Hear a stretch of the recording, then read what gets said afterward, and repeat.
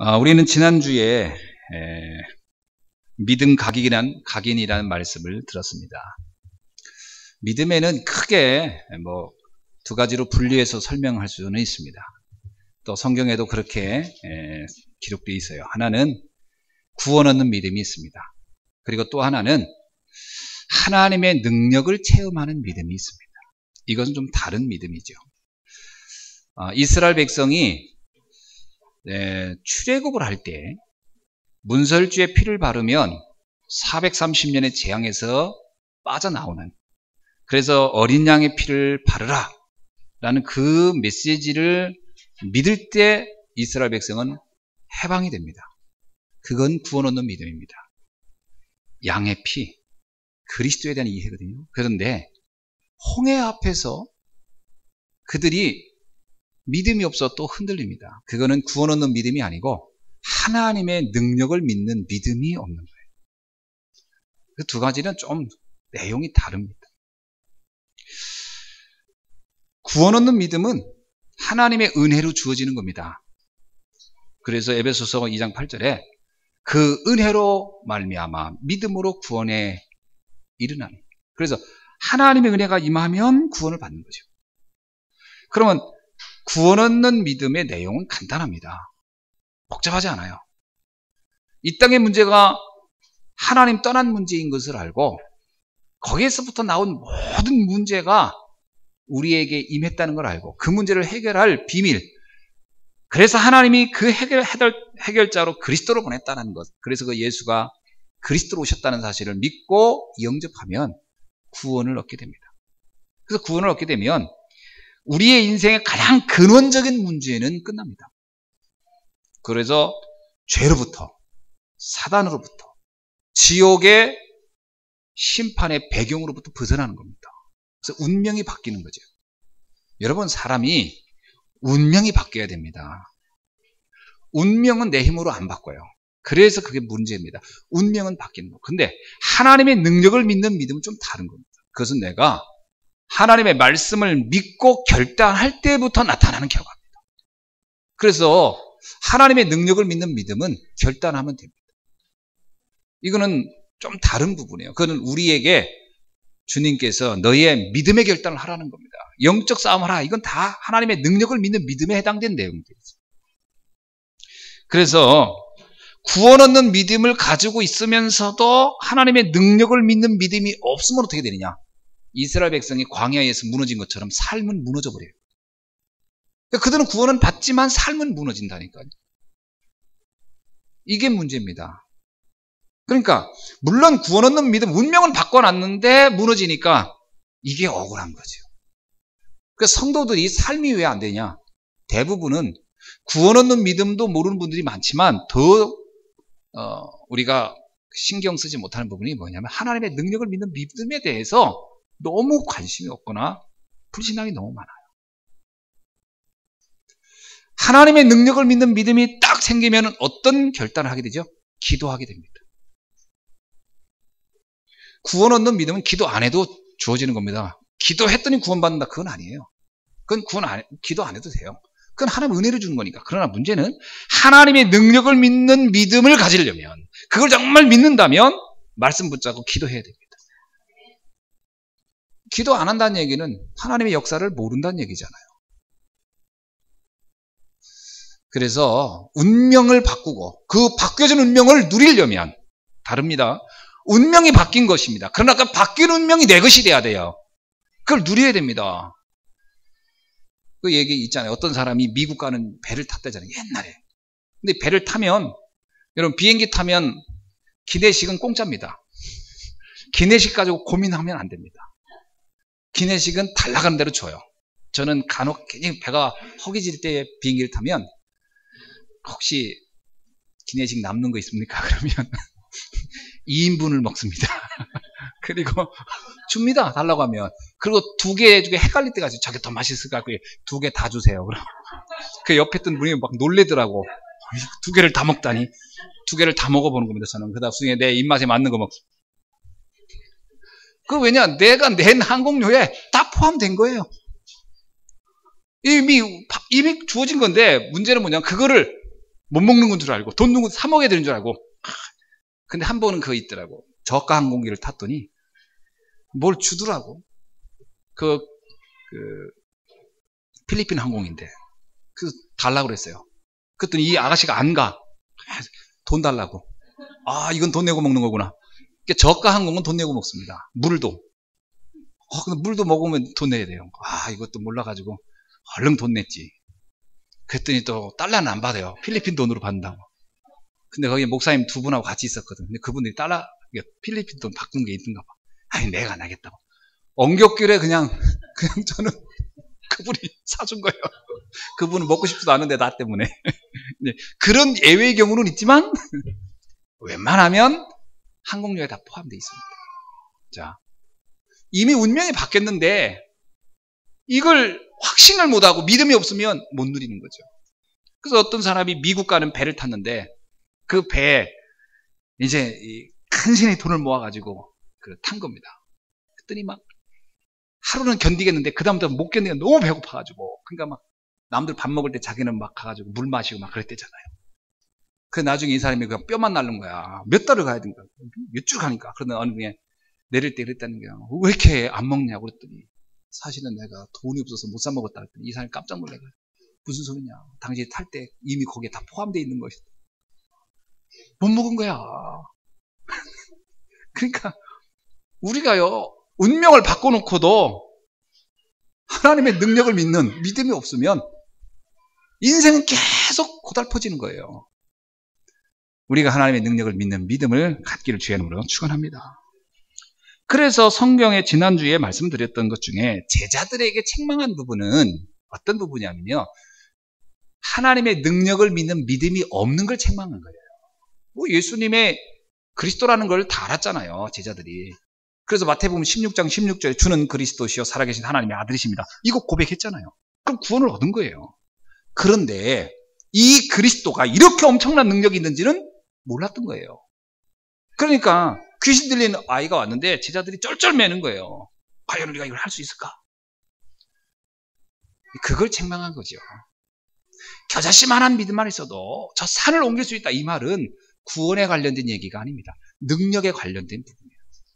정말 네가 그 정도 믿음만 있으면, 하나님의 역사를 네가 믿는다면 산을 옮길 수 있지 않냐. 모세를 봐라, 그는 홍해를 가르지 않았느냐. 그 얘기입니다.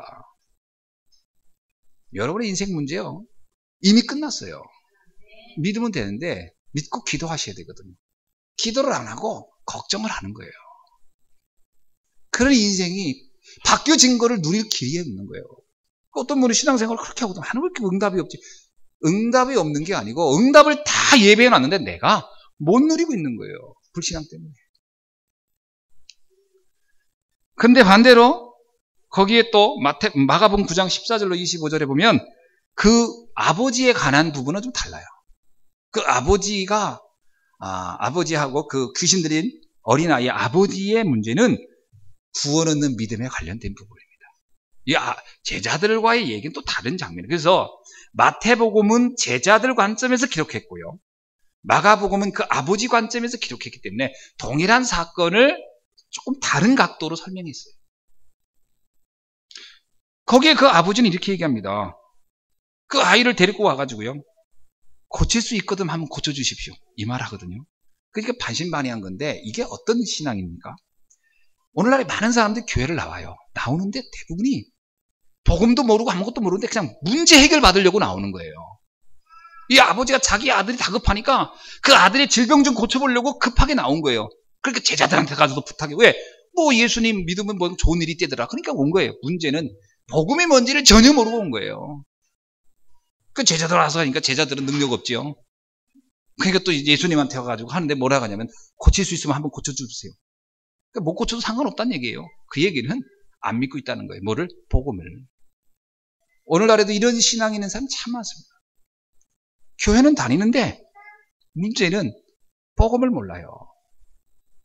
당장 내 눈에 있는 문제 해결만 바라보고 있는 거죠. 그 근원에 대한 부분을 이해를 못해요. 예수님 뭐라고 합니까? 할 수 있거든이 무슨 말이냐? 믿는 자에겐 능치 못함이 없는 자. 이 얘기는 중요한 의미가 있어요. 내가 누군지 아느냐? 내가 만물을 다스리고 모든 문제를 해결할 그리스도라는 걸 알아라. 복음의 뭔지를 알았으면 좋겠다. 그 얘기를 해주는 거죠. 우리가요, 문제를 통해서도 복음을 이해해야 돼요. 근데 문제를 통해서 복음을 이해하려면 어떤 눈이 열려야 되냐면 문제의 근원을 보는 눈이 열려야 돼요.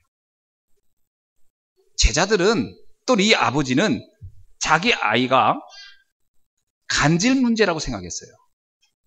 간질. 사람들은 간질로 이 아이가 고통당한다고 생각했어요. 근데 예수님은 뭐라고 했냐면 이것은 귀신의 문제다 이렇게 했어요.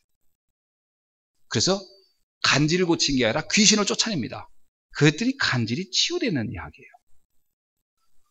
문제의 본질을 정확히 봐야 그래서 하나님이 그리스도를 보냈구나. 여러분, 간질을 고치는 것은 의학적인 방법이나 여러 가지 방법이 있을 수 있습니다. 그러나 귀신을 쫓는 것은 인간의 수단과 방법으로는 불가능한 부분이거든요. 우리 인생의 문제의 근원을 영적으로 봐야만이 그때부터 복음이 이해되는 거예요. 예수님이 그거를 깨닫도록 하기 위해서. 내 인생 문제는 간질 문제가 아니다.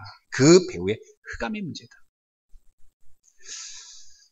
제 친구 목사님 중에 사모님이 간질이 있었어요. 저는 몰랐는데 저희 대학교 다닐 때 4학년 이렇게 되는데 막 그때가 막 이제 시험 볼 때예요. 시험 공부하고 준비하고. 그러니까 뭐 2, 3일씩 잠도 막 설치고 이렇게 하죠. 그런데 이제 주일날 주중에 이제 그 예배 시간이 있어요. 채플 시간인데 그 채플 시간 되면 전교생이 이제 신학생들은 다 가서 예배를 드려야 돼요. 그 예배를 드리는데 갑자기 사람들이 웅성웅성 하는 거예요. 보니까 그 여자친구가 우리 같은 반이었는데 같은 그 클래스였는데 간질이 그때 돌발한 거예요. 이제 너무 과하고 피곤하니까 간질. 그러니까 자기가 그걸 버티려고 이 입에다가 볼펜을 끼고 이를 가리고 막 하니까 참고 앉았다가 확 쓰러져 버린 거예요. 막 눈이 돌아가고 막. 너무 놀랬지 우리는. 처음 보았으니까. 근데 우리 그 친구가 그 여학생하고 사귈 때였어요. 여학생이 막 바닥에서 막 간질이니까 대단하더라고요. 야, 우리는 결혼 안 할 줄 알았어요. 사귀다가 결국 그 자매하고 결혼을 하더라고. 근데 병원에서 이제 우리가 물어봤지. 친한 친구니까. 뭐라더냐 했더니 늘 조심하라고 했다는 거예요. 그래서 아이를 가지면 안 된다고 했다. 아이를 가지면 절대 안 된다. 그러면 이 몸이 감당을 안 되니까 이제 문제가 되면 출산할 때 아이가 죽을 수 있다. 그러니까 이 친구가 걱정이 된 거예요. 그러니까 막 이 친구는 부인한테 너무 잘해요. 그 부인 상태가 그러니까 사모님한테. 근데 이 친구가 딱 한 가지를 생각하더라고요. 이거는 의학적으로는 조절이 되지만 알 수는 없다라는 거예요. 그러니까 자기가 진짜 하나님 앞에 매달리는 거예요. 자기 그 사모를 놓고. 근데요, 완치됐어요. 완치됐습니다. 그리고 아이가 셋 낳았어요. 늦동이 나가지고 지금 걔가 초등학교 1학년이에요. 여기 직산제일교에 있다가 지금 여수 중앙감리교회로 갔어요. 아마 알 거예요. 우리 친구. 축구 잘하고. 한번 우리하고 축구했다가 또 승질 내가지고 다시는 안 하지. 이 친구 막 승부욕이 너무 강하니까. 근데 성격은 되게 와일드하고 거친데 딱 하나. 하나님의 능력을 믿는 믿음은 대단해요. 이 친구에게 뇌종양이 왔어요. 또 성질이 그러니까 또 별병이 다 와. 뇌종양이 와가지고 이제 설교하다가 발작하고 그냥 쓰러져 버린 거예요. 본인이. 그 병원에 가서 보니까 뇌종양이 엄청 큰 게 온 거예요. 그러니까 병원에서 서울 세브란스 병원 갔는데 수술을 하면 한쪽 마비가 된다. 할 거냐 말 거냐. 이 친구가 생각하기를 목사가 돼서 말도 못하고 마비가 되면 이건 내 인생의 끝이다. 난 수술 안 하겠다. 차라리 죽으면 죽지. 그럼 내려왔어. 그리고 하나님께 기도하고 그냥 설교한 거예요. 어떻게 됐을까요? 다 나왔어요. 이 친구 하나 다 나왔어요. 그러면 지금 목회하죠. 그때요, 한 달을 못 산다고 그랬어요. 우리 친구들이 그 얘기 딱 듣고 나서 야, 장례 준비하자. 그랬습니다. 장례 준비하자. 완쾌됐어요. 본인이 우리한테 보낸 그 딱 고백, 자기 간증문을 딱 보낸 적이 있었어요. 내 인생은 덤으로 사는 거다. 그러면서 그 내용이 그거예요. 나는 하나님이 나의 생명의 주관자임을 난 믿는다. 죽게 하신 분도 여호와요, 나를 살게 하신 분도 여호와. 나의 주예종으로 쓰신 분도 하나님이고 나를 앞으로 하실 분도 하나님이시다. 여러분, 믿음을 가지셔야 됩니다. 구원 얻는 믿음과 하나님의 능력을 믿는 믿음은 좀 다른 거예요. 여러분, 우리가 구원 얻고 병들어 죽을 수도 있습니다. 그러나 더 중요한 것은 하나님의 능력을 믿는 믿음으로 우리의 남은 여생이 하나님 앞에 영광 돌리다 가야 되지 않겠습니까? 이건 다른 차원의 믿음이에요. 이 믿음을 여러분 가지고 도전하길 주님 축원합니다. 이건 결단해야 돼요. 구원 얻는 믿음은 그냥 하나님 주시는 거라니까요. 그냥 믿어지는 거예요. 예수가 그리스도구나. 그러나 하나님의 능력을 믿는 믿음은 다른 겁니다.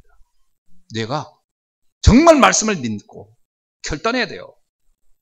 여러분, 그게 하나님의 역사의 그때부터. 에스더가 죽으면 죽으리라. 그거는요, 구원 얻는 믿음을 놓고 결단한 게 아니에요. 하나님의 능력을 믿는 믿음을 놓고 내가 죽으면 죽으리라. 다니엘이 뭐라고 합니까? 내가 사자굴에 들어가고 불문불에 들어가서 죽을지라도, 그러나 하나님은 살아계신 나 살릴까? 그러나 하나님이 또 나를 설사 안 살린다 할지라도 나는 상관없다. 그게 하나님의 능력을 믿는 믿음입니다. 이 믿음을 오늘 회복하는 날이 되기를 주의 이름으로 축원합니다.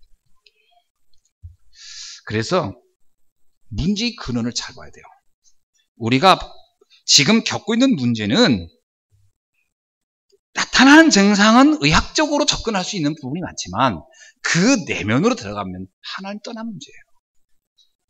그래서 백문일답이라고 하는 말이죠.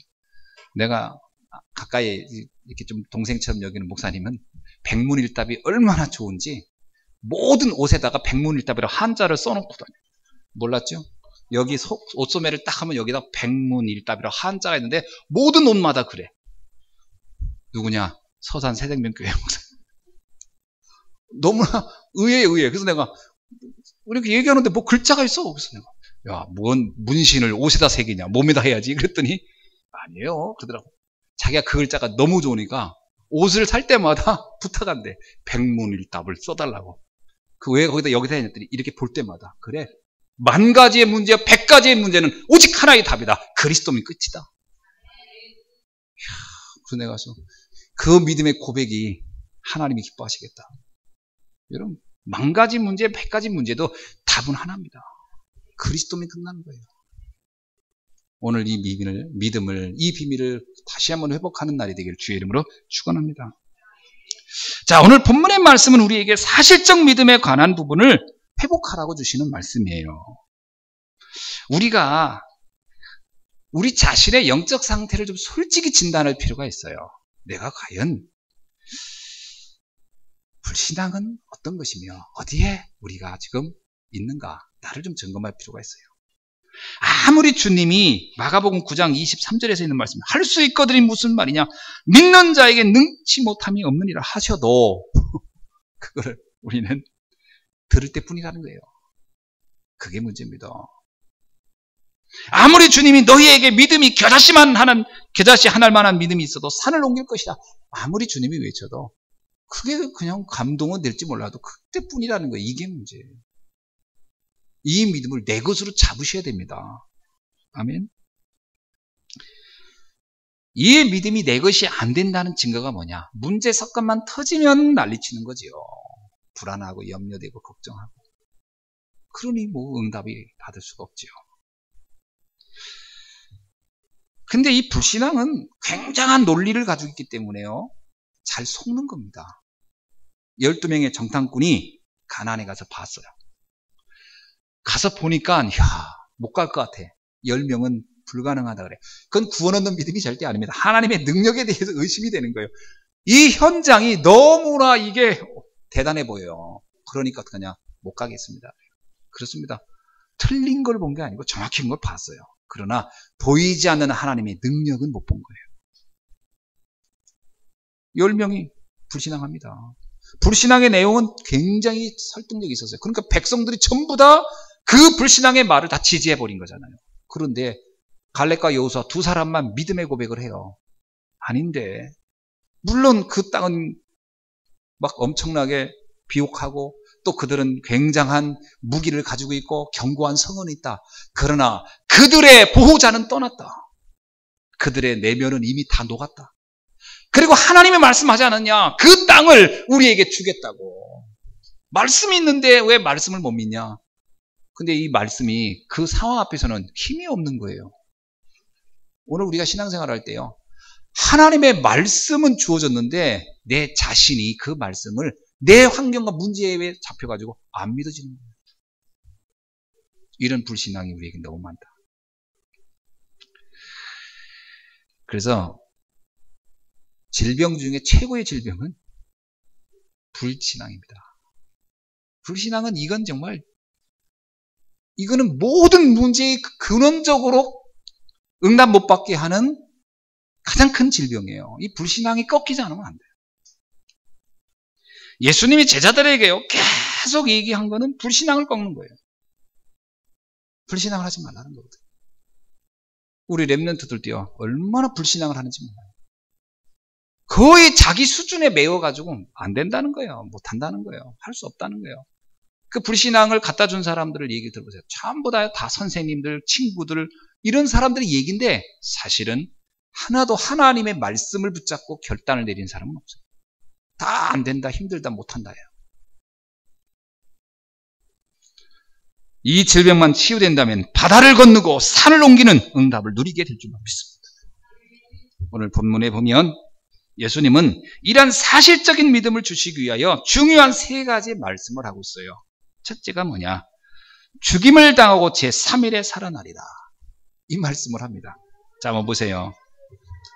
23절에 보니까 죽임을 당하고 제3일에 살아나리라 하니 제자들이 매우 근심하더라. 여러분, 십자가의 죽음과 부활의 축복은 엄청난 겁니다. 그러면 십자가의 죽음은 뭐죠?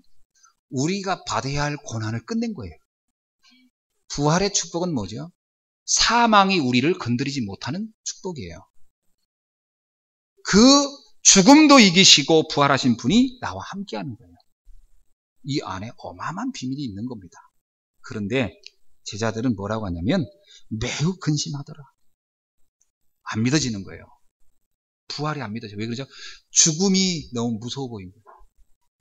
지금까지 죽은 자가 살아난 거 본 적이 없어요.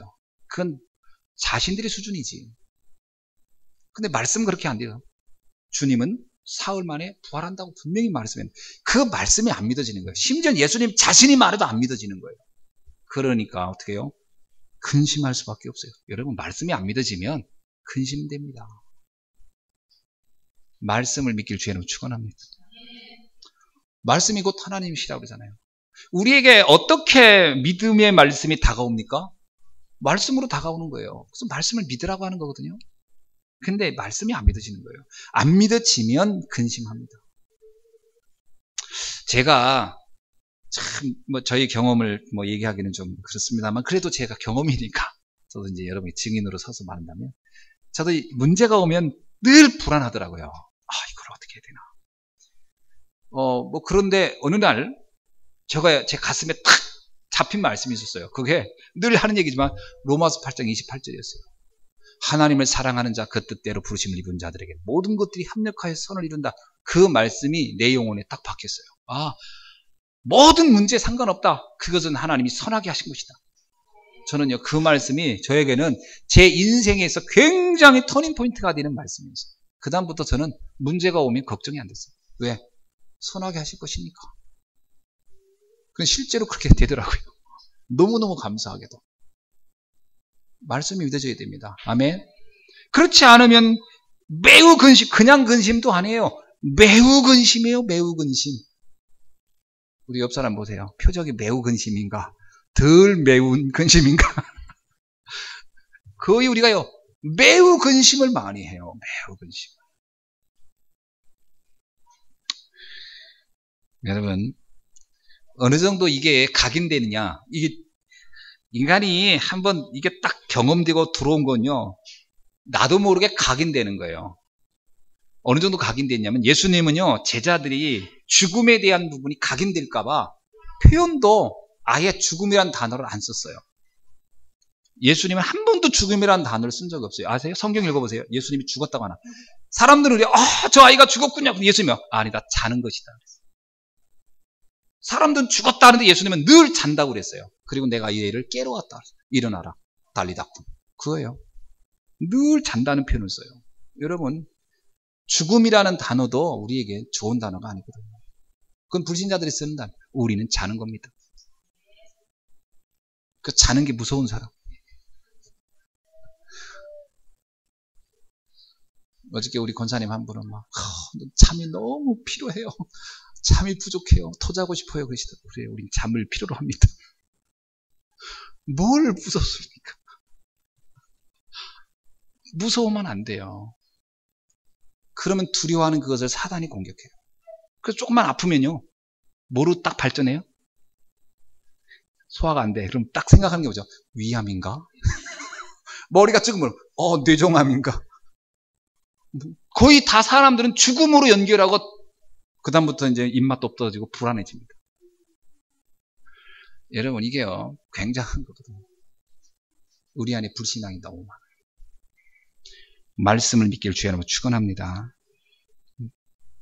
그러니까 이 불신앙을 없애기 위해서요, 예수님이 사실은 오늘 성전세라고 하는 그 사건을 가지고 말씀하는 거예요. 자, 어떤 말씀인지 한번 봅시다. 이 성전세 사건은 우리가 볼 때는 그냥 예사로운 일인 것 같은데 안 그렇습니다. 여기에는 아주 깊은 영적인 비밀이 있는 사건이었어요. 여러분, 우리 보면 별게 아니잖아요. 세금 내라 했더니 내겠다. 예수님이 나는 세금 내지 않아도 되는데, 그랬더니 그래도 내야 되지 않겠냐. 가서 낚시해서 물고기 잡거든. 거기서 세금 낼 돈 받아가지고 내라. 얼마나 간단한 얘기입니까? 거의 말도 안 되는 얘기지만 자, 이런 이야기거든요. 이 얘기를 언뜻 보면 이게 도대체 이게 무슨 얘기냐, 예수님이 낚시를 해서 돈을 벌었다는 얘기냐, 뭐냐, 물고기를 잡아가지고 팔아도 돈을 벌었다는 얘기냐, 이렇게 해석할 수도 있겠죠. 잘 이해를 하셔야 돼요. 여기서 예수님이 이런 얘기를 합니다. 그때 당시에 이 성전세는요, 유대인들은 누구나가 내야 할 의무세였어요. 그리고 성전세는 반세겔이라고 해가지고 그러니까 한 세겔도 아니에요. 반세겔이에요. 반세겔이란 말이 그냥 2분의 1만 내면 된다는 거예요. 그러니까 돈을 10원짜리, 20원짜리, 30원짜리는 있어도 2분의 1원짜리 이런 건 없을 거 아닙니까? 근데 유대인들은 성전세를 내야 되기 때문에 반세겔이라는 참 특이한 그 화폐가 있었어요. 그러니까 한 세겔은 어떤 거냐면 가장 그 낮은 임금을 가진 노동자의 그 반세겔 정도 되면요, 노동자의 이틀 임금이에요. 이틀 임금. 그러니까 오늘날로 말하면 노동자들이 제일 하루 일당을 만약에 한 5만 원 받는다. 그러면 10만 원 정도? 그러니까 이 성전세가 비싼 건 아니에요. 왜? 1년에 딱 한 번 내는 거니까. 그러니까 10만 원 정도를 1년에 한 번만 내면 되는 거예요. 근데 그때 당시는 화폐 가치상 이거보다 지금보다 더 낮았다고 하니까 많은 아주 고가의 그 세금은 아니에요. 이런 세금은 이제 20살 이상의 유대인 남자는 누구나 다 내는 이런 세금이었습니다. 그러니까 오늘 본문에 보세요. 가버나움에 이르러 반세겔을 받는 자들이 예수님께 나와 이르되 너의 선생은 반세겔을 내지 아니하느냐. 그랬더니 25절을 보세요. 이르되 내신다 하고 그랬어요. 이제 그 베드로가 네, 우리는 냈어, 이렇게 얘기를 하는 거예요. 자, 잘 보세요. 왜 예수님은 그러니까 이걸 딱 보면 예수님은 전에 세금을 냈다는 거예요, 안 냈다는 거예요? 예수님이 평소에 세금을 안 냈으면 베드로가 그러니까 우리는 안 돼 그랬을 텐데 낼게 그랬어요. 내는 거예요. 지금까지는 냈던 거예요. 근데 이번에는 가버나움에 와서 예수님이 안 내는 것처럼 행동했어요. 세금을 안 내는 것처럼. 그 세금을 징수한 사람이 와서 왜 세금 내세요 했더니 예수님이 피한 거예요. 나 안 낼래 이렇게. 그러니까 제자들한테 가가지고 왜 네 스승님은 세금을 안 내냐? 그러니까 베드로가 전에 냈는데 낼 겁니다 이렇게 대답을 한 겁니다. 자, 여기서요 주님이 성전세를 굳이 지금 안 내고 나중에 냅니다. 그죠? 예수님이 나중에 물고기 잡아가지고 거기서 돈 빼가 내라 했으니까 내는 거예요. 근데 왜 이때는 안 내는 것처럼 했을까요? 이유가 있었어요. 예수님은 성전의 주인이 나라는 것을 말씀하고 싶었던 거예요. 교회의 주인이 나다. 이게 왜 중요하냐면요. 유대인들은 어떻게 생각하냐면요. 헤롯 성전을 어마어마하게 부러워했고 좋아했고요. 헤롯 성전이 막 굉장하게 아름다워 보였습니다. 그거에 반해가지고 그 성전을 중심으로 모든 게 이루어졌어요. 전에 얘기했죠. 유대인들의 모든 신분은 성전을 기준으로 매겨진다 그랬어요. 성전에 가까울수록 아주 상류층이 되고 성전은 멀어질수록 하류층이 됐어요. 모든 기준이 성전이었어요. 근데 거기에 복음만 없어요. 근데 사람들이 그걸 이해를 못하고 제자들도 이해 각인되어 있었어요. 다시 말하면 성전의 껍데기에 반해서 본질을 놓치고 있는데 여기에 제자들도 함께 동조한 상태였어요. 왜 그러냐면 마가복음 24장 1절로 2절, 마가복음 13장 1절, 누가복음 21장 5절로 6절에 보면은 제자들이 이런 얘기합니다. 예수님께. 주님, 저 예루살렘 성전 너무 아름답지 않아요? 저 대리석 좀 보세요. 저 건물 좀 보세요. 저 지은 모양 좀 보세요. 어마어마하잖아요. 그러면서 굉장히 감동하는 장면이 나와요. 예수님이 그때 뭐라고 얘기하죠?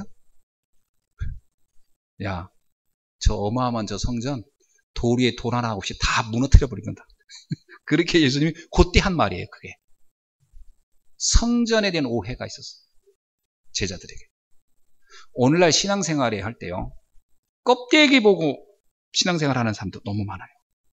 내면은 하나도 못 보고 사람이 어떻더라, 교회 가면 사람들 표정이 어떠냐 이런 거예요. 거의 껍데기 보고 신앙생활 하거든요. 본질은 못 보는 거예요. 본질은. 예수님이 뭐라고 하죠? 이런 재미난 표현을 합니다. 야, 어떤 임금이 있는데 그 임금이 세금을 거둘 때, 옛날에는 제왕 중심이니까요, 왕이 국가를 운영하기 위해서 세금을 걷잖아요. 근데 세금을 거둘 때 왕이 자기 아들에게 세금을 걷겠냐 안 걷겠냐? 당연히 안 걷죠. 백성들의 세금을 갖다가 쓰지 자기 아들 보고 세금 내라고는 안 하거든. 그러니까 하는 얘기예요.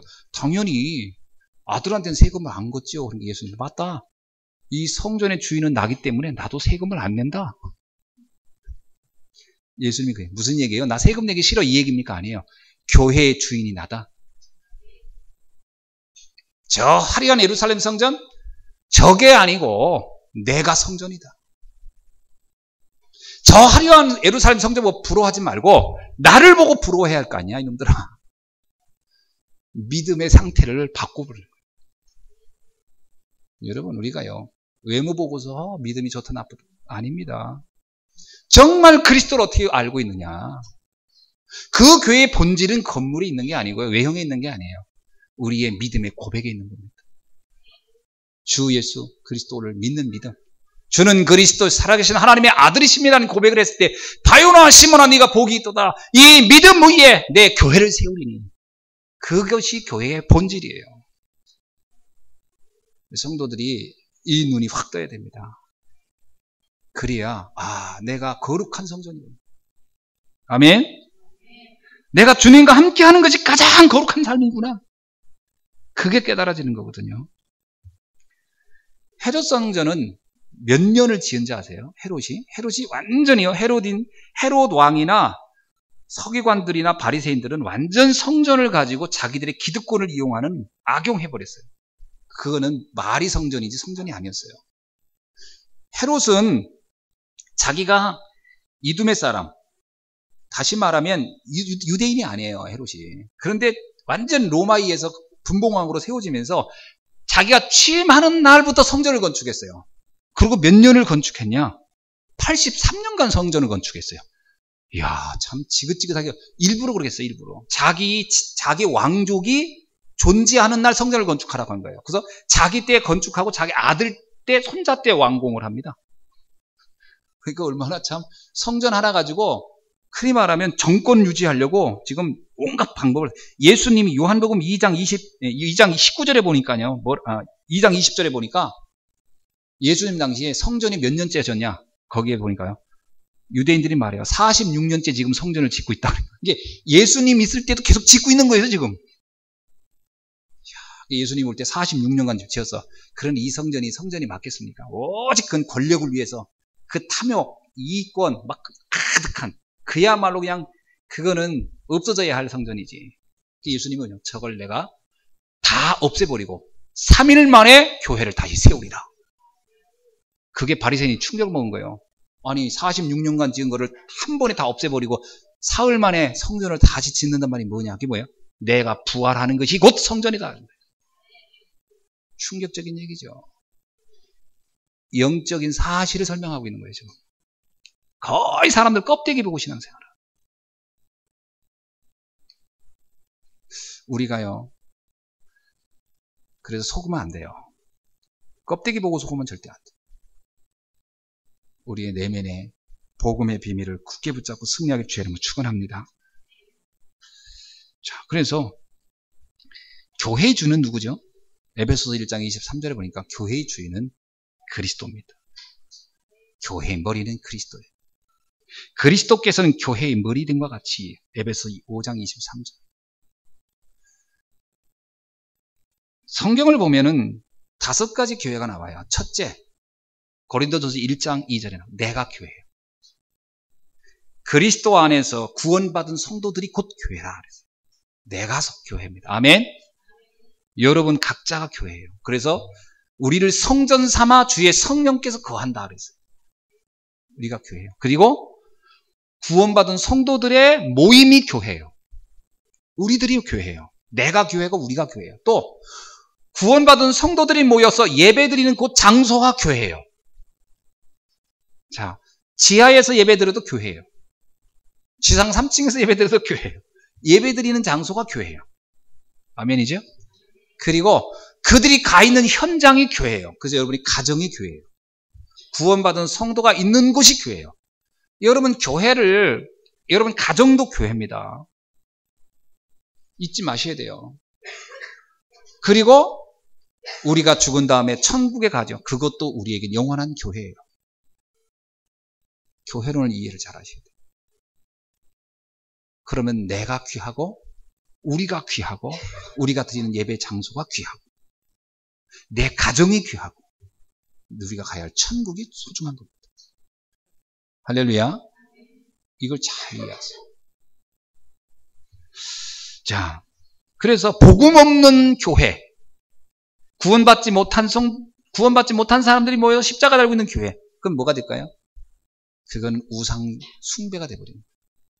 그래서 예루살렘 헤롯 성전은 주님이 볼 때는 우상단지예요. 우상단지. 그래서 무너뜨려야 되겠다 했던 거예요. 근데 주님이 직접 무너뜨리지 않고요. 성전이 완공되고 나서, 그러니까 그러니까 그 몇 년을 여기 보니까 뭐죠? 83년 동안 건축돼서 완공이 됐어요. 그리고 나서 7년 만에 붕괴됐어요. 재밌죠? 주님의 말씀 그대로 예언이 성취됐어요. 인간이 아무리 최선을 다하고 몸부림쳐서 83년을 만들어 놓은 거라도, 엄청난 성공을 해놓은 것 같아도, 어마어마한 뭔가를 성취를 해놓은 것 같아도 복음이 없는 것은 무너져야 되는 거예요. 7년 만에 다 무너뜨려 버렸어요. 그리고 진짜 예루살렘은요, 돌밖에 없어요.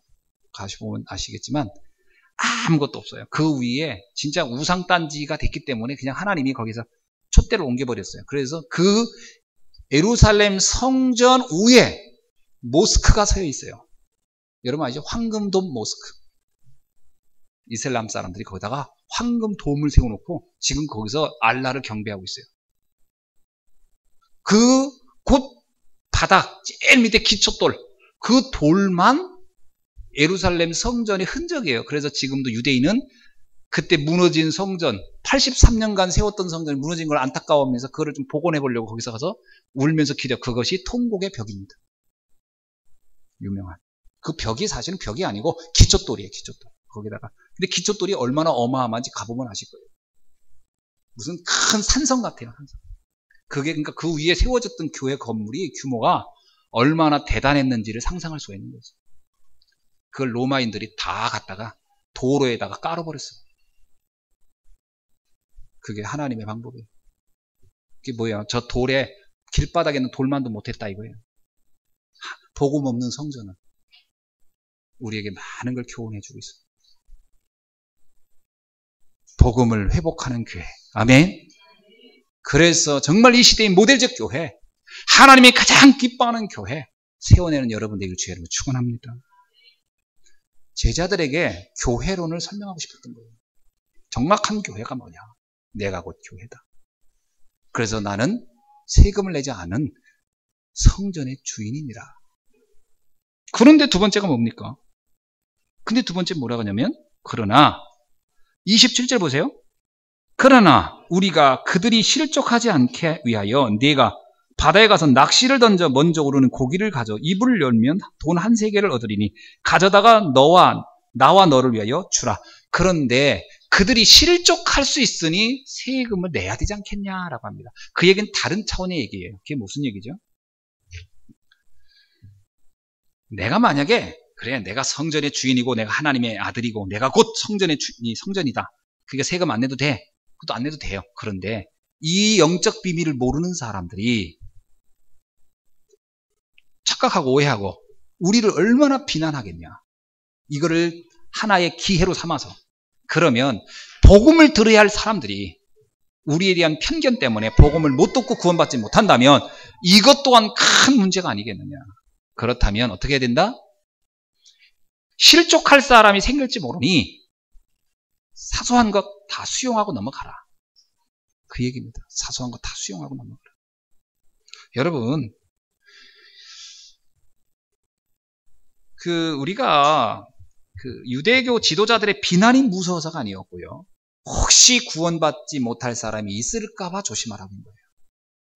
사실 우리가요, 여러분 술 먹고 담배 피고 이게 구원과 관련이 있어요, 없어요? 관련 없습니다. 다른 사람이 교인들이 술 먹고 담배 피워 그 비난이 무서워서 안 먹고 안 핍니까? 그 정도 수준이면 신앙 아닙니다. 우리가 막 음주 가물을 안 하는 이유는 다른 게 아니에요. 혹시 믿음이 연약한 자가 우리를 보고 실족해서 아유, 저 사람들 보니까 내 신앙생활 하지 말아야 돼. 요런 사람이 나올까봐. 그래서 그걸 절제하라는 거예요. 아니, 술, 담배가 무서워서 안 먹는 게 아닙니다. 어떤 사람이 볼 때 담배 먹으면 암 걸린다고. 제가 아는 사람 어떤 사람 83세인데 지금까지 수십 년간 담배 피는데 안 걸리고 사는 사람도 있어요. 그러니까 물론 건강에 안 좋지만 그런 게 무서워서 안 한다, 하지 말라가 아니라 실족할 사람이 있을까? 아멘이죠? 전 노래방도 사실 거의 안 가죠. 안 가봤지. 안 가는 이유. 혹시 거기서 나를 누가 보고 실족할까봐. 나는 가서 노래하고 싶어. 사랑했나봐도 불러보고 싶고. 근데 못 가겠어. 왜? 누군가가 나를 보고 목사님이 노래방을 가니 그래서 실족할까봐. 그렇다고 내가 가발 쓰고 선글라스 쓰고 갈 필요는 없잖아요. 굳이 왜 그렇게 할까? 불편하게. 그래서 안 가는 거지. 달래 안 가겠습니까? 노래방이 무서워서 안 가겠어요, 난 술을 못 먹지는 않습니다. 안 먹지. 전 못 먹지는 않아요. 제가 비행기 타고 가면 먹습니다. 와인 한 잔도 하고. 그거 먹고 자야 또 가서 도착해서 피곤함이 없으니까. 왜 못 먹어요? 물론 내가 이제 체질적으로 안 맞아요. 술은 내 몸이 거부하더라고. 술이 들어오면 아주 싫어해요. 내 몸이 피곤하고. 그래서 안 먹긴 합니다만은 그렇다고 아주 못 먹지는 않아요. 그러나 안 먹는 이유가 있어요. 누군가가 나의 이런 행동을 보고 실족할까봐. 그래서 절제하는 거죠. 바울이 뭐라고 했습니까? 고린도전서 8장 13절에서요. 만일 음식이 내 형제를 실족하게 한다면 나는 영원히 고기를 먹지 아니하리라. 바울이 그랬어요.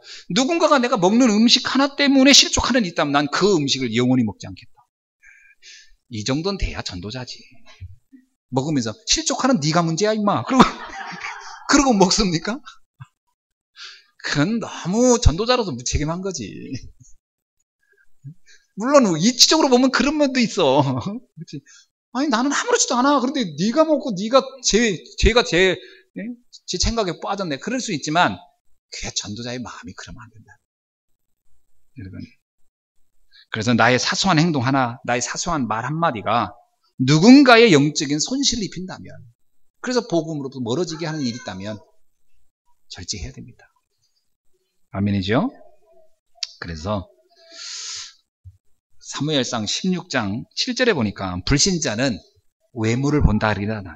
외모를 봐요. 불신자는 외모를 봅니다. 그래서 우리가 외모를 잘 이렇게 규모를 갖추는 게 아주 중요합니다. 그래서 여러분을 볼 때 사람들이 복음이라며 왜 저래? 이 소리를 듣는 게 좋습니까? 아니면 역시 복음 가진 사람은 달라. 이게 좋습니까? 선택하시길 주의 이름으로 축원합니다. 복음 가져도 뭐 별게 아니네. 이 소리를 들어서는 구원을 받을지 모르나 전도는 안 돼요. 그러나 이야 역시 복음 가진 사람 다르구나. 그래야 많은 생명을 살리게 돼요. 그래서 멋있는 여러분 되기를 주님의 이름으로 축원합니다. 옆 사람하고 인사합시다. 멋있는 사람이 됩시다. 매력적인 사람이 됩시다. 그러셔야 돼요. 그래서 하여튼 이 머리부터 발끝까지는 좀 매력적이길 바랍니다. 아멘. 네. 다 포함됩니다. 뭔지 모르지만. 자. 그러나 우리가 조심할 게 있어요. 그 외모가, 규모가 내용은 아니에요. 그건 포장이지. 물론 그 포장의 중요성은 내용 때문에 그런 겁니다. 그런데 너무 외모에 치중해버리면 그 종교가 돼버려요. 그래서 그게 눌린다거나 내 규모가 막 안 돼가지고 막 너무 그게 눌리고 거기에 너무 집중한다. 그럼 종교가 돼버리고 그거는 나중에 유대인들이 성전의 외모를 보고 모든 걸 결정하는 것처럼 그렇게 또 가버릴 수가 있어요. 그거는 잘 판단하셔야 돼요. 적절하게 여러분이 지혜롭게 하시길 주님 축원합니다. 세 번째입니다. 주님이 이제 세금을 내는 방법을 제자들에게 말하는데 그 방법이 지금까지 일찍이 본 적이 없는 방법이고 일찍이 사용해 본 적이 없는 특이한 방법을 주님이 말합니다. 그 주님의 방법은 참 알 수가 없는 거예요. 알 수가 없어요. 뭐라고 하냐면 가서 바다에 가서 그것도 조그만 무슨 이렇게 낚시터에 가서 그러면 또 그건 좀 다른데 바다에 가서 어떻게 하라고요? 낚시를 해. 낚시. 여러분 바다 가서 낚시해서 먼저 잡힌 고기 그리고 그 입을 벌리면 거기에서 세금이 나올 거라는 거예요. 이야, 이런 황당한 요청을 주님이 했어요. 어떻게 생각합니까, 여러분? 우리 유진이 헌금을 하려면 바다에 가서 낚시해서 고기를 잡거든. 거기서 나오는 헌금을 받아가지고 헌금하라. 바다 낚시터 가겠어, 안 가겠어? 안 가. 그렇지, 안 가지. 미쳤어, 내가? 분명히 제자들 중에 그런 반응을 할 수도 있었을 거예요. 뭐야? 뭐 이런 미친 요구를 다 하셔. 말도 안 돼. 그랬을 겁니다. 그래요, 안 그래요? 여러분에게 만약에 주님이 지금 와서, 주님이, 강 목사가 아니고 주님이 이 말씀을 그대로 했어. 그랬더니, 아멘. 그리고 낚시를 사가지고 바다로 가는 사람이 있을까요, 없을까? 자, 난 바다로 가겠다. 아멘. 대부분 그럴 겁니다. 뭔 뜻이지, 이거에? 뭔 말이지? 안 갈 가능성이 내보는 99%일 거예요.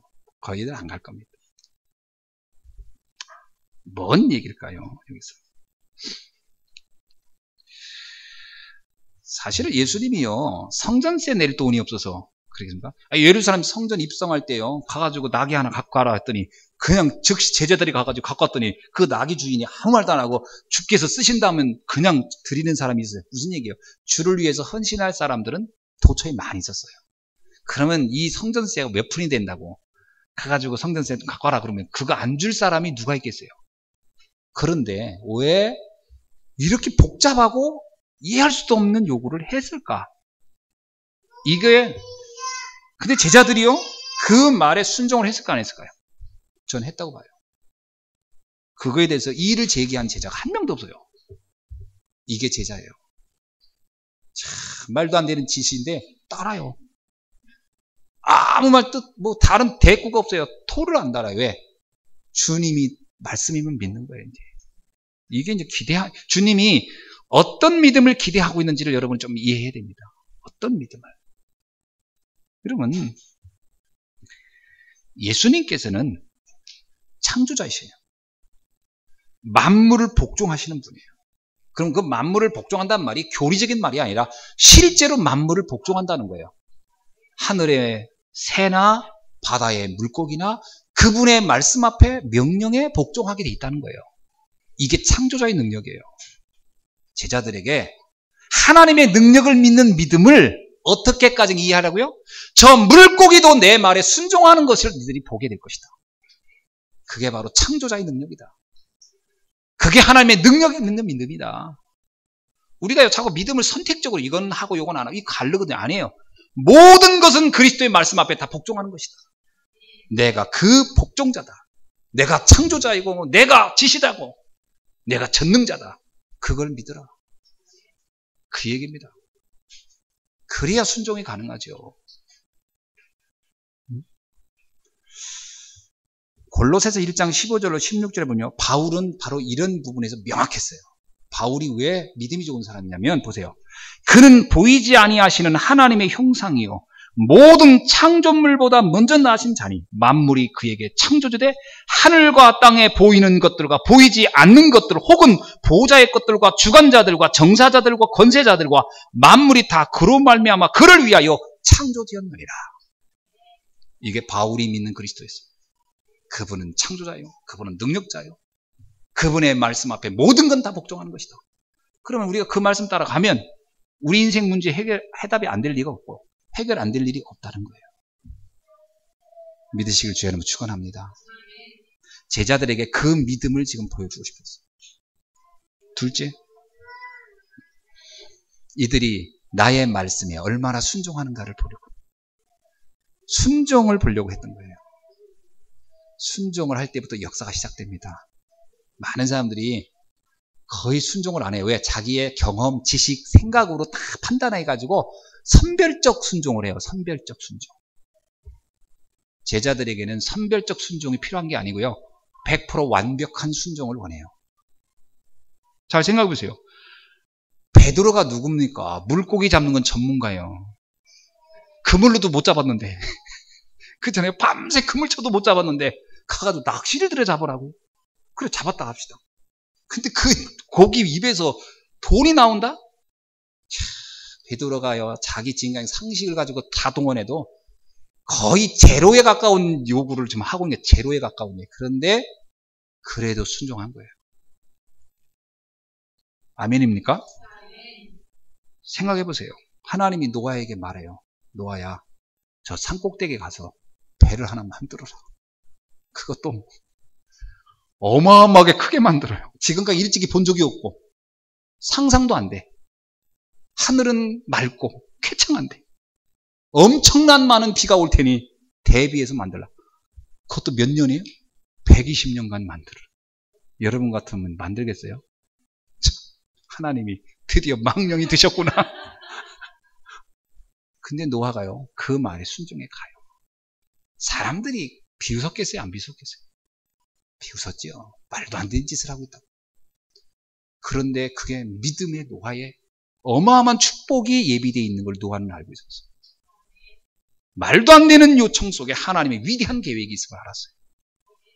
이스라엘 백성들이 출애굽을 합니다. 그때 누구에게 요청을 하냐? 모세에게 해요. 80 먹은 노아에게 가라는 거예요. 노아가 자기 입장을 가만히 생각하니까 도저히 안 될 짓을 해야 되는 거예요. 처음에 못 간다고 그러잖아요. 하나님이 뭐랍니까? 네 입을 누가 만들었냐? 네 인생의 주인이 누구냐? 모세가 그때 깨닫죠. 아, 가야 되는 거구나.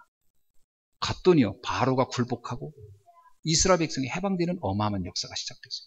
여러분, 하나님은 위대한 계획을 넣고 때로는 우리가 전혀 생각지 못한 그런 지시를 할 때가 있습니다.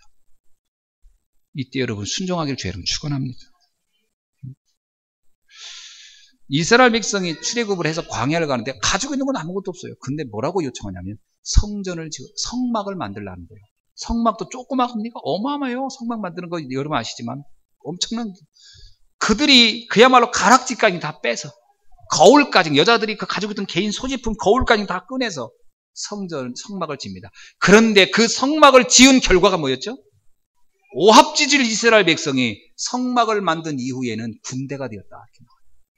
그게 하나님의 계획이었어요. 아무도 토를 달지 않고 순종했는데 군대가 되어서 그들이 전 마음이 하나로 모아졌어요. 그들이 하나님 앞에 전부 다 동일한 원리스가 됐어요. 그러자 군대가 됐어요. 처음에 나왔던 허다한 잡속이었는데 이젠 그들은 한 군대가 되어서 갑니다. 하나님이 계획이 있어요. 우리에게 때로는 부당한 요청을 할 때가 있는 것 같지만 그게 위대한 하나님의 계획이 있어요. 순종하기를 주의 이름으로 축원합니다. 우리는 자꾸 우리의 수준과 생각을 가지고 이걸 할까 말까 판단을 하는데 그렇지 않습니다. 히브리서 11장 1절에 보니까 믿음은 바라는 것들의 실상이요 보지 못하는 것들의 증거니라. 아멘. 그렇습니다. 주님은 우리가 보지 못한 것, 알지도 못한 것이었지만 주님은 예비해 놓고 그 길로 가라고 하고 있습니다. 이 믿음의 순종함으로 위대한 축복의 주역이 되는 여러분들을 주의 이름으로 축원합니다.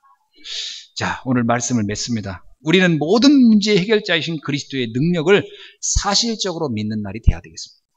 그래서 그리스도라는 말은 교리가 아닙니다.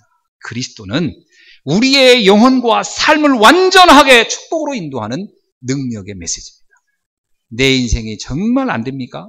그렇다면 그리스도를 정말 굳게 붙잡기를 주의 이름으로 축원합니다. 정말 내 인생 문제가 너무나 답답합니까? 그러면 그리스도의 언약을 붙잡고 기도 속으로 들어가기를 주의 이름으로 축원합니다. 그래서 여러분 정말 기도해 보세요. 하나님이 하신 일이 어떤 건지. 딱 한 번만 그 맛을 보면 돼요. 아, 하나님이 살아계시구나. 그리고 하나님은 지금도 역사하시는구나. 그걸 한 번만 맛보면 돼요. 그 다음에는 정말 어마어마한 축복을 여러분을 누리게 될 것입니다. 성경의 인물들이 다 그런 도전 속에서, 믿음의 도전 속에 응답을 받은 사람들입니다. 이 시간 여러분에게 기도 제목을 좀 부탁을 드리겠습니다. 첫째는 어떤 경우에도 속지 말라는 겁니다. 속지 마세요. 사람들의 말에 흔들리지 마세요. 사람들의 말은 거의 대부분이 불신앙을 갖다 줍니다. 말씀을 선택하시길 주의 이름으로 축원합니다. 말씀을 선택하세요.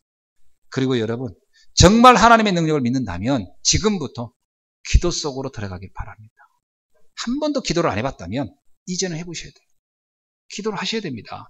기도해봐야 기도를 왜 주님이 그렇게 강조하고 하라고 했는지를 알게 될 것입니다. 그래야 그 안에서 하나님이 하시는 기적을 보게 될 것입니다. 세 번째입니다. 24시 기도 속으로, 예배 속으로 들어가기 바랍니다. 여러분 예배가 얼마나 중요하냐면요. 이 예배를 통해서 우리들의 모든 불신앙이 바뀝니다. 그래서 예배 성공은 최고의 축복의 현장이에요.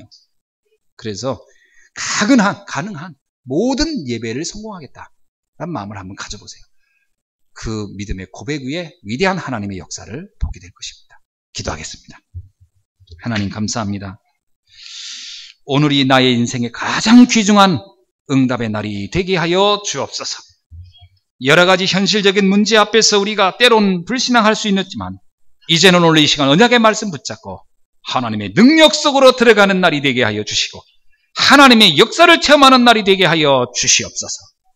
하나님 우리 앞에 불가능이란 단어를 던져버리게 하시고 하나님의 능력 붙잡고 하나님의 역사 속에 가는 이 시대의 최고의 축복자들이 되게 하옵소서. 살아계신 주 예수 그리스도의 이름으로 기도하옵나이다. 아멘.